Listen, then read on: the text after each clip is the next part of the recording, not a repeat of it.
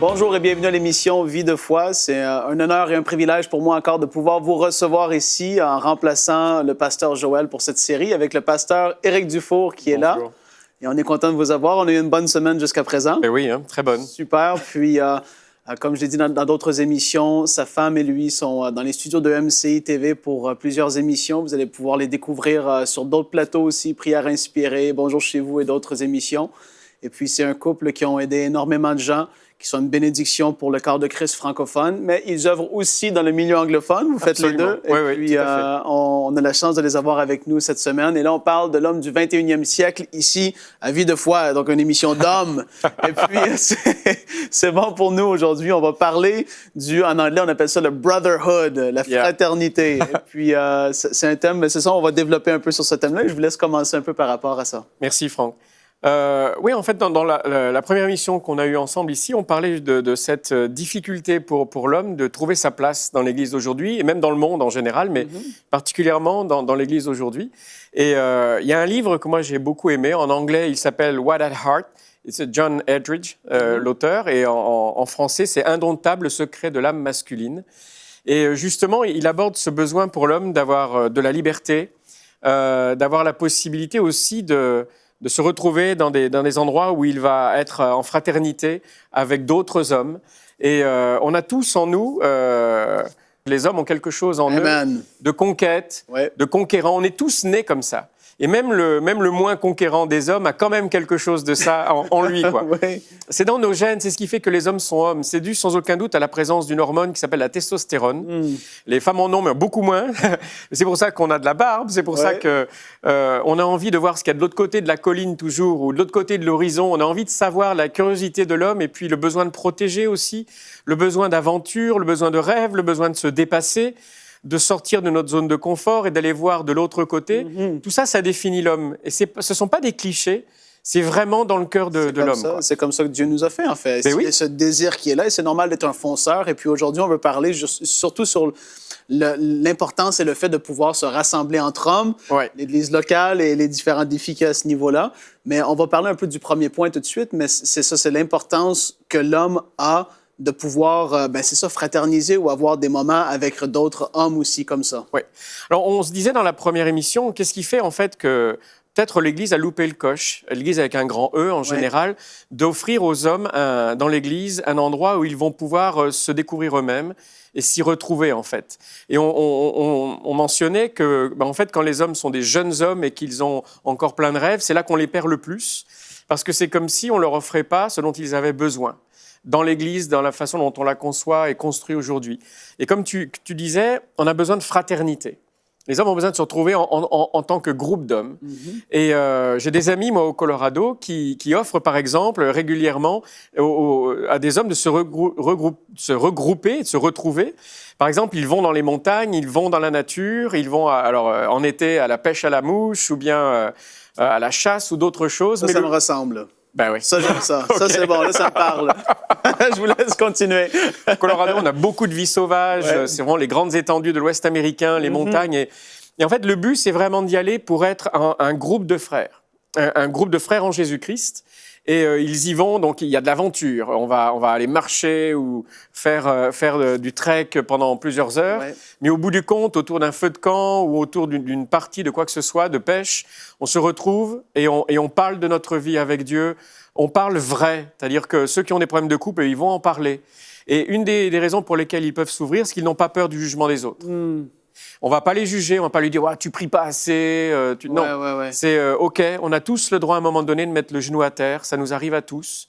Mais on va s'encourager ensemble, on va se dire « OK, moi je suis passé par les mêmes choses, tu vas y arriver aussi ». Et au bout du compte, on prie les uns pour les autres. Et cette liberté de parole, le fait d'être entre hommes, le fait de vivre une aventure quelque part ensemble et de se retrouver dans un endroit qui est sécurisé. Et ça fait tellement de bien quand on a eu une semaine difficile ou bien un mois difficile, de savoir qu'il y a ce moment où on va être juste entre hommes, on va faire un truc qu'on aime ensemble, qui nous dépasse ensemble et Jésus sera avec nous. Jésus est dans l'aventure, il est au milieu de l'aventure. Jésus passait beaucoup de temps avec ses apôtres. Oui, absolument, oui. Et souvent, il prenait du temps juste à part. Ils partaient dans la montagne, ils partaient à l'écart ensemble. Et on ne sait pas ce qui s'y passait, sinon qu'ils étaient ensemble. Et moi, je suis certain qu'ils avaient du fun aussi. Oui. Jésus devait être quelqu'un de vraiment être intéressant et de vivre l'aventure avec lui au quotidien en tant qu'homme. Oui. Et il enseignait au travers de cela aux apôtres, au travers de cette fraternité. Et je crois que c'est important qu'on redécouvre cela. Oui, moi, je veux apporter un point rapidement parce que je t'entends parler et je me dis, et comme je l'ai dit plus tôt cette semaine, ça me parle moi-même parce que je me dis aujourd'hui, on a de la difficulté à prendre le temps tout simplement de s'arrêter comme ça et de dire, c'est important. Si je fais pas ça, si je n'ai pas ces temps-là, ça va, tôt ou tard, ça va me rattraper et ça va me faire plus de tort que de bien. Souvent, on priorise la maison, il peut y avoir mille et une choses à faire toujours, les enfants et toutes ces affaires-là. Je veux juste ramener le point tout simplement, c'est important. Prenez le temps d'avoir ces moments, autant en couple que c'est important. Là, on parle d'hommes, de fraternité. Moi, j'ai parlé déjà des déjeuners d'hommes. Et puis, il se passe des choses puissantes. Des hommes peuvent vivre vraiment des délivrances, des libérations de certaines choses parce qu'ils confessent des affaires. Là, tu fais « Wow! C'est puissant qu'est-ce qui peut se passer dans ces moments-là. » Et il ne faut pas les mépriser, pas du tout. C'est très, très important. Mais là, je vous laisse continuer parce qu'il y a tellement de choses à dire, je trouve, dans cette émission qui sont importantes et puis qu'on doit apprendre à faire. Mais moi-même, une fois par semaine, je rejoins un groupe d'hommes. On est tous d'âge variable, mais on n'ouvre pas forcément ensemble la Bible. Et parce que c'est pas trop formel. Par contre, on prie ensemble, on partage nos difficultés ensemble. Souvent, moi, j'ai entendu des témoignages bouleversants comme ça. C'est très informel, mais j'ai vu des hommes qui n'étaient pas en Christ être invités par le groupe et se convertir. Oui, ça, c'est sûr. Je me rappelle d'un, il venait de terminer un divorce et vraiment, on a pleuré avec lui. D'autres qui étaient passés par des choses similaires lui ont dit qu'il y avait de l'espoir et il allait pouvoir se relever, etc. Il a donné son cœur à Jésus. Wow. C'est sans doute un de mes moments spirituels les plus attendus pour moi dans la semaine. Quand la semaine a été dure, etc., je sais que je les retrouve. Ouais. Je sais que j'ai pas besoin d'être pasteur Éric, là. Je suis juste Éric. Ouais. Et on est tous au même niveau, ouais. Peu importe ce qu'on fait dans la vie, le reste de la semaine, mais on se retrouve entre hommes. Et me dire, quelque part, quand on invite les hommes seulement à l'église pour s'asseoir, et j'oserais dire, au risque de choquer, mais subir la réunion, et on reste assis, quelque part, on déclenche un ennui. Alors que dans ces groupes d'hommes, on reste pas assis, on est actifs tous. On est en groupe, on discute. C'est plus sur le mode de la discussion, comme on est en train de faire tous les deux. Mais Jésus est assis avec nous. Et Jésus discute avec nous. Et vraiment, moi, je peux le témoigner, je sens le Saint-Esprit passer de l'un à l'autre, toucher un cœur, utiliser des paroles que je peux donner pour bénir quelqu'un d'autre, etc. Ce sont des moments où il n'y a pas la formalité d'une réunion à l'église. On n'est pas simplement assis pour écouter, mais on participe. Et alors, quand on est dehors et qu'on vit l'aventure et qu'on va à la pêche ou à la chasse ou ce que vous aimez, moi, je chasse avec mon appareil photo. Je préfère prendre des photos, mais c'est fabuleux, quoi. Et c'est une réunion d'église, en fait. Absolument. Parce que l'église, c'est toi, l'église, c'est moi. Et quand on est à 2 ou 3, c'est ce que l'Écriture le dit, Jésus, il est aussi. Au milieu de nous. Et donc, on part, moi, quand j'ai mon appareil photo et avec des amis, Jésus, je sais qu'il est avec nous. Et on est très spirituel dans ces moments-là. Et c'est un peu ce que John Eldridge, dans son livre, nous dit, c'est que l'homme a été créé à l'image de Dieu. Il est le porteur de l'image de Dieu. On est la tête de la famille parce que, quelque part, le Seigneur veut qu'on le représente sur terre. Et donc, quand l'homme s'ennuie et quitte l'Église, on ne représente plus Jésus. Alors que c'est notre vocation. Et comme tu le disais très bien, le diable, c'est du velours pour lui. Il aime ça. Quand les hommes ne sont pas là où ils devraient être, ils fuient le champ de bataille et ils ne sont pas présents dans les grands moments importants parce qu'ils n'y voient pas l'intérêt. Réaliser qu'on porte l'image de Christ, d'un seul coup, on a une valeur extraordinaire, puis on se dit, mais il faut que je vive en accord avec ce que Christ attend de moi. Absolument. Et John Eldridge, dans son livre, vraiment remet en perspective. On peut trouver des choses qu'on n'aime pas dans le livre, comme dans tout livre, c'est pas la Bible, mais je crois que c'est vraiment un livre intéressant, parce que d'une, il remet l'homme au centre en disant, l'homme porte l'image de Christ, donc il faut qu'on en prenne conscience, on a une responsabilité, mais en même temps, notre Dieu, c'est le Dieu de la création. C'est Dieu qui a créé un univers immensément grand. C'est le Dieu qui donc a de l'aventure et qui aime cet esprit d'aventure, qui aime cet esprit de créativité, qui aime protéger aussi, qui protège son peuple, qui est jaloux même de son peuple parce qu'il ne veut pas qu'on y touche. Absolument. Et il nous aime d'un amour jaloux. Et moi, j'aime ça, être protégé par mon Papa céleste. Absolument. Je sais que le diable, il peut pas me toucher si mon papa à moi lui donne pas une permission. Et s'il le faisait, c'est pour mon bien de toute façon au bout du compte. Dieu me protège de toute façon. Et le mal que je pourrais vivre, il est prêt à le transformer en bien. Et donc l'homme porte ça aussi en lui. C'est notre vocation, on est appelé à ça, on est appelé à diriger une famille, on est appelé à emmener des gens dans une aventure avec Dieu. Ouais. Et donc dans son livre, il va plus loin, mais déjà là, je voudrais m'arrêter en disant que souvent les hommes ont été blessés, et dans notre jargon de thérapeute, on dit qu'ils ont eu une blessure du père. Et je voudrais m'arrêter quelques secondes là, parce que même au milieu de ceux qui servent Dieu, j'ai vu tellement de pasteurs ou de missionnaires ou de gens qui servent Dieu, d'hommes avancés même en âge, qui continuaient de porter une blessure du père. Alors c'est quoi une blessure du père ? C'est un papa qui n'a pas transmis le flambeau à son fils, soit parce qu'il était trop autoritaire et donc écrasait son fils, soit parce qu'il était absent, soit parce qu'il n'y avait pas de papa, tout court, ou bien un papa passif et qui n'a rien transmis. Ou d'une manière ou d'une autre, n'a pas imprimé chez son fils l'image de ce que devait être un père. Alors, on ne prétend pas être des pères parfaits, on a tous commis des erreurs, mais il y a vraiment des hommes qui portent en eux une blessure du père. Et qui, parce qu'ils n'ont pas été affirmés en tant qu'hommes, ne vont pas savoir comment se comporter. Et un homme blessé va blesser lui-même. Un homme qui a été brisé va briser lui-même autour de lui, involontairement la plupart du temps, mais en fait on ne sait pas aimer. On ne sait pas ce que ça veut dire être représenter l'image de Dieu. Et puis souvent, comme Dieu c'est notre Père spirituel, l'homme blessé par une blessure du Père va projeter dans sa relation avec Dieu les mêmes problèmes. Si son papa était distant, il va considérer Dieu comme un papa distant. Si son papa était autoritaire, il va voir Dieu comme un papa autoritaire. Alors ça semble cliché, mais ça ne l'est malheureusement pas. Et on invite dans notre relation avec Dieu des choses qu'on n'a pas eues ou qu'on a eues et qui nous ont fait souffrir dans notre relation avec notre papa terrestre. Et en fait, on multiplie ça par un grand nombre, et c'est une des raisons aussi pour lesquelles les hommes ne se retrouvent pas dans l'Église, parce qu'ils n'arrivent pas à avoir envie d'être intimes avec Dieu, parce qu'ils en ont peur, parce qu'ils se disent « j'ai pas envie d'être blessé », parce qu'avec mon papa, moi, quand on appelle Dieu « tu es mon papa », mais que notre papa, il a été soit absent, soit autoritaire, écrasant ou autre, on se dit « mais moi, je veux pas de ça ». Et en fait, spontanément, comme on l'a déjà vu, les hommes ne sont pas forcément doués dans l'expression de leurs émotions, on va prendre une distance, et on va se dire « les choses de Dieu, c'est pour les femmes », mais pour moi, non, j'y trouve pas ma place. Et sans s'en rendre compte, petit à petit, on prend nos distances vis-à-vis de Dieu. On n'aime pas trop passer du temps dans la prière. C'est pour ça que les réunions de prière, elles ont 10% d'hommes. Ça. Et dans l'Église, on y va, mais on est passif. Et si on n'est pas appelé à être sur l'estrade, on se dit, c'est pas pour moi.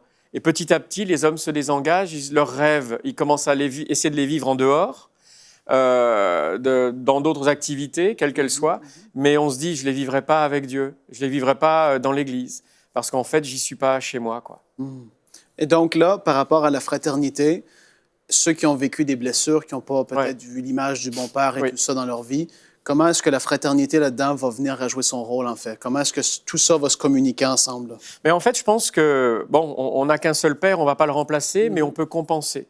Et en trouvant dans cette fraternité des hommes de tous âges et des hommes qui peuvent avoir des modèles, qui peuvent être comme des modèles de père pour nous, et des hommes avec qui on va pouvoir avoir ce qu'on n'a pas eu avec le nôtre de père, par exemple, avoir des activités ensemble à l'extérieur, ou bien se rendre compte qu'un homme n'a pas besoin d'être toujours vainqueur. On a tous connu des défaites, on a tous pleuré à un moment donné. On peut pleurer entre hommes aussi pendant qu'on prie ensemble. Et quand on voit, j'ai un ami qui a la taille un peu d'un motard à l'américaine. D'ailleurs, il a une grosse Harley Davidson. Et c'est un gros costaud. D'ailleurs, il a eu une vie qui ressemblait à ça. Mais quand il prie, il peut pleurer comme, sans aucune gêne. Et c'est pas moi qui vais lui dire, t'as l'air d'un faible. Hein, parce qu'il a des muscles qui ont la taille des biceps, qui ont la taille de mes cuisses. Je vais pas lui dire. Ça, c'est quelque chose que moi, j'ai appris à faire personnellement. C'est dans la présence de Dieu, apprendre à m'abandonner, en fait. Puis ça, c'est quelque chose, je veux encourager vous tous à la maison. Vous savez, à EMC TV en général et à Vie de foi, on croit dans un Dieu des miracles qui restaure complètement et parfaitement. Et puis moi, c'est quelque chose que j'ai appris à faire, à pouvoir, comme que tu as dit, apprendre à pleurer dans la présence de Dieu, apprendre à me laisser, à m'abandonner dans ses mains, en fait. Juste apprendre à vivre ces moments-là, parce que entièrement d'accord, on doit avoir des mentors sur la terre, on doit avoir ces pères qui sont là, des gens, des repères pour nous. Mais ça ne remplacera jamais Dieu le Père, qui est le meilleur des modèles. Et que lui, dans sa présence, il vient et nous façonne d'une façon, parfois, en quelques minutes, plus qu'on pourrait tellement vivre en des mois et des mois de toutes sortes de choses, tu sais, mais on n'est pas contre l'autre, on n'est pas juste pour ça, mais il faut vraiment apprendre à s'en remettre à Dieu, à vivre des moments avec lui, seul à seul. Ça, c'est vrai. Au début, on ne sait pas comment faire. Hein? Oui. Et c'est pour ça qu'en fraternité comme ça, on apprend à écouter comment l'un prie, comment... Et là, on voit que lui, wow, dans la prière, oui, justement, il est touché par l'Esprit de Dieu. Il se met à pleurer. On se dit, wow!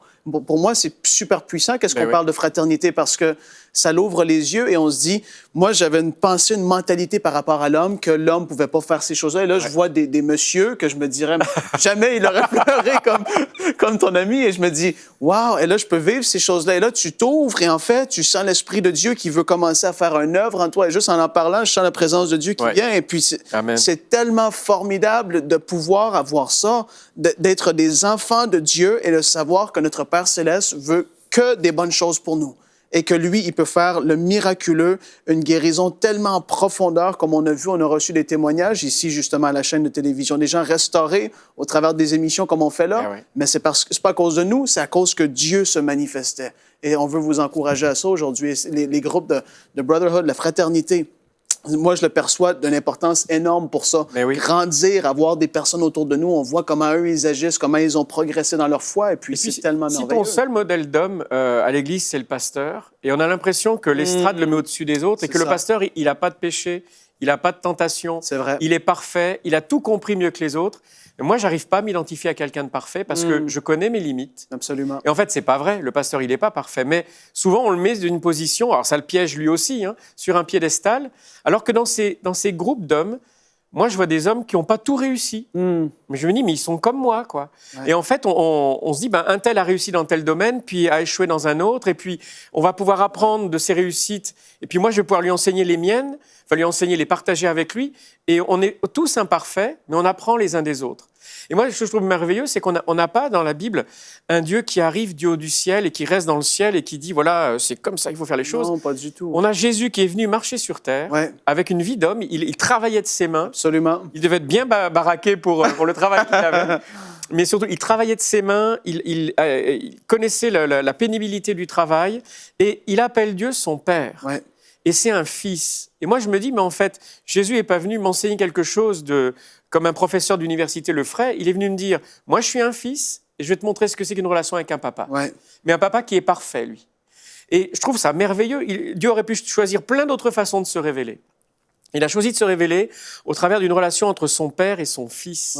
Entre un père et son fils. Et c'est pour ça que le diable attaque tellement avec des blessures du père, justement. Il a cassé, surtout dans notre société où on ne sait plus transmettre, il a cassé la relation père-fils afin qu'on perde la relation entre Dieu et l'homme, entre Dieu et et ses fils. Tu es un fils de Dieu, j'en suis un aussi, et il y en a plein qui sont en train de nous écouter. Et Jésus s'est manifesté comme ça, justement pour qu'on arrive à restaurer. Et moi, je veux écouter les paroles de Jésus, me dire, mais en fait, c'était quoi sa relation avec lui? Il passait du temps avec son Père, il se mettait à l'écart avec lui. Le Père dit à Jésus, avant qu'il ait commencé son ministère, il dit, voici mon fils bien-aimé en qui j'ai placé toute mon affection. Jésus n'avait rien fait. C'est pas parce qu'il avait mérité au travers de ce qu'il avait fait, c'est simplement parce qu'il était fils que Dieu l'aimait en tant que père. Et moi, je voudrais le dire à tous les hommes qui nous écoutent, vous n'avez rien à prouver à Dieu. Vous ne pouvez rien rajouter de ce que vous faites dans l'amour de Dieu pour vous, ni en soustraire. Il vous aime tel que vous êtes, point. Avec vos imperfections, il sait très bien comment on est fait. Jésus, il est venu sur terre justement pour nous dire, je connais bien votre vie. J'ai travaillé à la sueur de mon front aussi. Je sais comment c'est difficile. Je connais les tentations. Tenté en toutes choses, sans jamais, comme nous, sans jamais commettre de péché. Absolument. Il a été critiqué, il a eu des gens qui étaient contre lui alors qu'il n'avait rien fait. Il a été rejeté, il a été blessé, il a été toutes ces choses. Tout ce qu'on peut connaître au travail, dans une vie d'homme, quoi. Jésus l'a vécu pour nous dire, la relation avec le Père, je vais vous montrer ce que c'est. Et on a tellement besoin de ça. Est-ce que, pour revenir au livre de John Eldridge, ce que vraiment j'aime bien, c'est qu'il donne 3 explications. En fait, il dit tous les hommes, et on apprend en Jésus-Christ, ont une bataille à livrer. C'est vrai, c'est l'image cliché du chevalier, mais on a tous en nous envie de livrer une bataille. Une bataille qui peut être pacifique, mais une bataille. Cette bataille à livrer, c'est l'essence même de l'homme.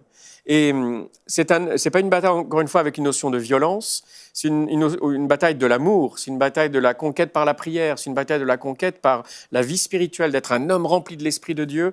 Et ça, c'est un homme viril, un homme qui est rempli de l'Esprit de Dieu. Et un homme viril, c'est un homme qui sait pleurer.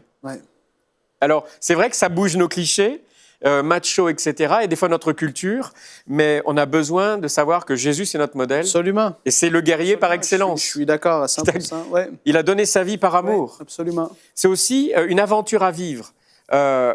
Tu le disais dans notre première rencontre, on a tous un appel. Et ça, c'est l'aventure que Dieu veut qu'on vive. Ouais. On a été préparés pour des œuvres qui sont prévues à l'avance afin qu'on les pratique, dit l'Écriture. Seulement, on peut passer à côté. Parce qu'on ne la reconnaît pas. On se dit, mais où est ma place ? Et l'Église, c'est un centre de formation pour moi, où on est équipé, encouragé, exhorté, nourri. Pour moi, c'est comme, vous savez, l'équipe de France de foot, elle a eu de bons résultats dernièrement, et elle a un centre de formation. C'est comme si on leur disait, bon, écoutez, toute votre vie, vous la passerez au centre de formation. Voilà, ça, c'est votre objectif.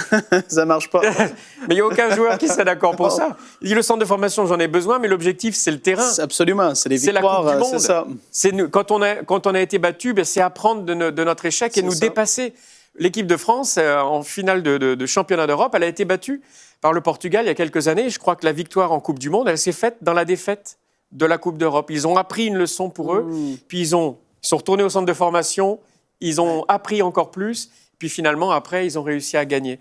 Et pour moi, l'Église, c'est ça. L'Église, ce n'est pas l'objectif final pour les hommes. C'est là où on les forme. Là, on leur dit, croyez en qui vous êtes, en ce que vous avez appris. Vous avez une aventure à vivre, une bataille à livrer. Ouais. Et vous allez la vivre en dehors, là où Dieu vous appelle. Amen. Et ça, c'est merveilleux. Ouais. Par contre, entre chaque match, on retourne Absolument. au centre de formation avec l'entraîneur qui nous dit « OK, les gars, vous avez bien réussi, ça, c'était moins bien, mais on va y arriver. Ouais. » Il nous booste pour qu'on reparte gonflé à bloc. Ouais.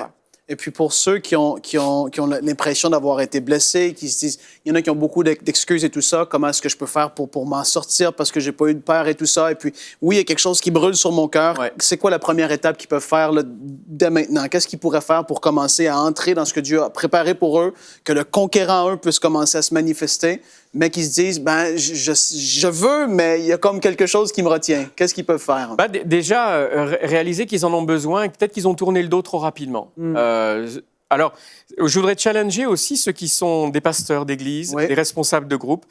Peut-être vous n'êtes pas assez assis avec les anciens, avec d'autres hommes autour de vous et dire, OK, qu'est-ce qu'on fait pour les ramener, ces hommes? C'est ça. Peut-être qu'on leur a fermé la porte en ne créant pas ces groupes de fraternité où les hommes vont pouvoir être vulnérables. Un mot-clé, c'est où est-ce que je peux être vulnérable sans être jugé? Où est-ce que je peux être moi-même en disant « je ne suis pas parfait tout le temps. Les gars, je n'y arrive pas tout le temps. J'ai besoin de vous. » Et la force d'un soldat qui réussit, c'est quand il dépend des autres. Il est dans une équipe. Vous savez, dans l'armée américaine, on ne laisse personne derrière. Qu'il soit blessé, décédé ou autre, personne n'est laissé derrière. Et cette fraternité qu'on trouve dans les hommes qui combattent ensemble, quelque part dans l'Église, on a besoin de la retrouver. On a une bataille à livrer tous, qui démarre par nous-mêmes. On a une aventure à vivre pour nous-mêmes, notre appel, mais j'ai besoin d'avoir d'autres hommes autour de moi. Donc, pour répondre à ta question, je voudrais challenger peut-être les pasteurs qui nous écoutent. Est-ce que vous seriez d'accord pour réfléchir à comment recréer des groupes où les hommes vont être juste entre hommes? C'est pas qu'on exclut les femmes, c'est qu'on veut juste être entre hommes pour justement redécouvrir ce que c'est. Parce qu'au bout du compte, c'est ce que John Eldridge dit dans son livre aussi, on a tous une femme à sauver. Alors pour les célibataires, ça veut dire quoi? On a tous un groupe à protéger. On veut être ceux qui défendent et apprendre ce que ça signifie que de défendre, que d'être celui qui va défendre celui qui est opprimé, défendre celui qui a besoin de protection. Puis aussi, c'est là qu'on apprend à devenir un mari. Moi, je veux que les jeunes hommes qui ne sont pas mariés regardent d'autres hommes qui sont mariés et apprennent de leurs erreurs et de leurs victoires. Et parce que cette femme à protéger, quelque part, c'est l'Église. Et on a aussi besoin de comprendre que si les hommes ne sont pas dans l'Église n'est pas protégée. Les femmes qui y servent ne sont pas protégées spirituellement parce qu'on a déserté notre position, comme Adam n'avait pas oublié de protéger Ève. Juste avant de terminer, on va prier pour les gens, mais j'ai juste une pensée qui m'est venue 2 fois. Il y a, pour X raisons, il y a certains hommes parfois qui peuvent être plus maladroits, mais je veux juste vous encourager, n'exposez pas tous vos problèmes de couple à n'importe qui. Il a dit de le faire à des gens qui on peut avoir confiance, des gens qu'on connaît. Et puis, on voit Jésus avait même ces 3 qui étaient plus proches de lui, qui n'a pas fait vivre certaines choses avec tous les autres. Il y a des personnes avec qui on est plus proche, qu'on va pouvoir déverser notre cœur davantage. Et je veux juste vous encourager à faire attention à ça. avant de terminer, parce que c'est venu sur mon cœur 2 fois fortement. Mais là, je vais vous laisser prier par rapport à ce qu'on a discuté aujourd'hui, les fraternités pour les églises locales aussi, pour les pasteurs. On va avoir un mot de prière pour eux aussi. Amen. Amen. Mais je voudrais d'abord prier pour tous les pasteurs, les responsables d'église qui ont une lourde charge. D'ailleurs, priez pour que Dieu renouvelle leur force, leur vision. Vous faites quelque chose qui n'est pas simple, mais qui est merveilleux aux yeux de Dieu. De pasteurs, soyez bénis. Bénis dans votre ministère, bénis dans votre aventure de foi, bénis aussi dans les moments difficiles. Et je prie pour que Dieu vous donne une vision pour les hommes de vos églises, que je suis sûr que vous priez pour eux et que vous vous lamentez de les voir si peu engagés ou de les voir être tellement dans l'ennui ou ne pas avoir envie. Que le Seigneur puisse vous donner des idées nouvelles, vous inspirer, que vous puissiez créer des groupes de paroles d'hommes et des groupes d'activités pour les hommes où ils vont pouvoir prier les uns pour les autres et puis pas seulement prier, mais être vulnérables. Pouvoir s'épauler les uns les autres comme une équipe de militaires sur le terrain qui dépendent tous les uns des autres. Ils savent que leur salut dépend de la cohésion de leur groupe. Mais je prie pour que vous ayez des idées qui correspondent à votre culture d'église, qui correspondent à l'âge des gens que vous avez en face de vous et qui permettent aussi de mixer des gens qui ont plus ou moins d'années d'expérience en Jésus-Christ pour qu'on ait tous un Paul et un Timothée dans notre vie. Que certains aient un mentor, puis aussi qu'ils aient quelqu'un à aider qui est plus jeune qu'eux. Que vraiment on sente la relation on apprend les uns des autres et que Dieu vous inspire pour créer de tels groupes qui vont correspondre aux besoins de votre Église et dans lesquels les hommes vont pouvoir retrouver leur place. Et pour les hommes, eh bien, vous avez une bataille à conquérir, à livrer, vous avez une aventure à vivre et une femme quelque part à protéger. Et c'est vraiment une croissance dans laquelle Dieu vous puissiez vous révéler, vous trouver le bonheur d'être un homme à l'image de Dieu, pas un macho qui écrase, pas non plus quelqu'un qui est passif, qui abandonne. Peut-être que vous avez eu des blessures du Père. Je prie pour que ces blessures soient guéries en Jésus-Christ. Amen. Maintenant, si quelqu'un se dit « moi, j'ai pas eu de père » ou bien « mon père, j'aurais préféré pas en avoir, tellement c'était dur », je voudrais vous dire vous êtes guéris en Jésus-Christ parce que Jésus-Christ peut vous aider à retrouver une position de fils qui soit saine et vous amener à avoir une relation avec le Père qui soit équilibrée et aimante. Parce que le Père qu'on a dans le ciel, eh bien, il est parfait, il ne vous écrase pas, il ne vous abandonne pas. Il vous dit « je suis là avec toi tous les jours jusqu'à la fin du monde ». Amen. On espère que vous avez été bénis encore par cette émission. Juste pendant que Éric priait, je crois qu'il y a un ou plusieurs hommes, vous êtes là en fait, et puis vous avez peur d'aller à une conférence d'hommes ou vous joindre à un groupe parce que vous avez peur de ce qui va se passer. Parce que vous le savez, vous êtes tellement, c'est comme fragile. Il y a comme en anglais un tipping point. Il y a un endroit, vous êtes sur le point de basculer et Dieu veut vous amener tellement plus loin. Juste en le disant, je le sens. Et Seigneur, fais que cette crainte soit balayée de leur vie au nom de Jésus, qu'ils puissent se joindre à ce groupe et qu'ils vivent ces choses tellement fortes et glorieuses que tu as en réserve pour eux, peu importe c'est quoi, Seigneur. Donc, je veux vous encourager à envoyer-nous vos commentaires, vos témoignages de ce que vous avez vécu à videfoi@emcitv.com. Et d'ici à demain, soyez bénis. On se retrouve demain pour une prochaine émission.